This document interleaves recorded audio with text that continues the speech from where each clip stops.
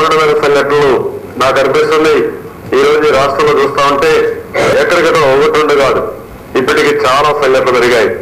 గంగవరం పోర్టుతో ప్రారంభమైంది. 17/27/3/2006లో గంగవరం పోర్టులో ఇదే మరి ఆందోళన చేస్తా ఉంటే లోకరాజు అనే మత్స్యకారుని చంపడం, అతనైతే పశువులు రెచ్చిపోయారు, చాలా దారుణం చేశారు. మక్కా మసీదులో 18/5/2007లో మక్కా మసీదులో 5 మంది యువకుల్ని కాళ్ళు చంపే పరిస్థితికి వచ్చారు. 28/7/2007లో ముదిగొండలో ఆ రోజు ల్యాండ్ అడిగారు, మాకు ఇంటి జాగాలకు ఇవ్వండి, గవర్నమెంట్ ల్యాండ్ ఇవ్వండి అంటే వాళ్ళకి ల్యాండ్ ఇవ్వకుండా 7 మందిని అమానుష్యంగా చంపేసే పరిస్థితికి వచ్చారు. అదే మరి తోటపల్లి గాని పోలవరం గాని మెదక్ జిల్లాలో ఒక నక్సలైట్ గారు రైతులు తీసుకుని కాల్ చంపేసే పరిస్థితికి వచ్చారు. ఇంకో పక్కన మొన్న సోంపేటలో అయితే 3 చనిపోయారు. అదే మరి 30 మందికి గాయాలైనాయి. ఈ రోజు 20 రైతులు చనిపోయారు.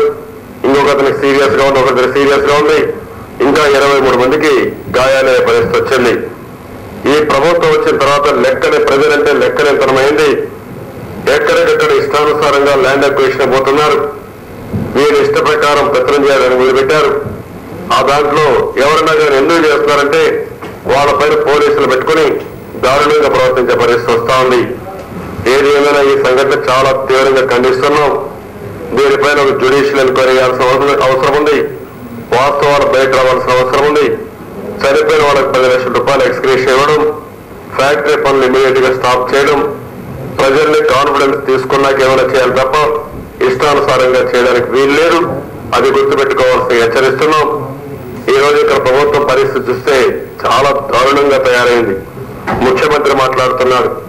ఆయన మాట్లాడుతూ మేము ఏదైనా సిద్ధంగా ఉన్నాం, ప్రతిపక్షాలు మీరు ఆలోచించుకోవాలంటాడు అని నాకు అర్థం కాదు ఆయన మాటలు. హౌస్ రన్ చేయాల్సిన బాధ్యత ఎవరి పైన అడుగుతున్నా? స్పీకర్ పైన ఉంది, గవర్నమెంట్ పైన ఉంది. మీరు హౌస్ రన్ చేసే బాధ్యత తీసుకోవాలి. మొన్న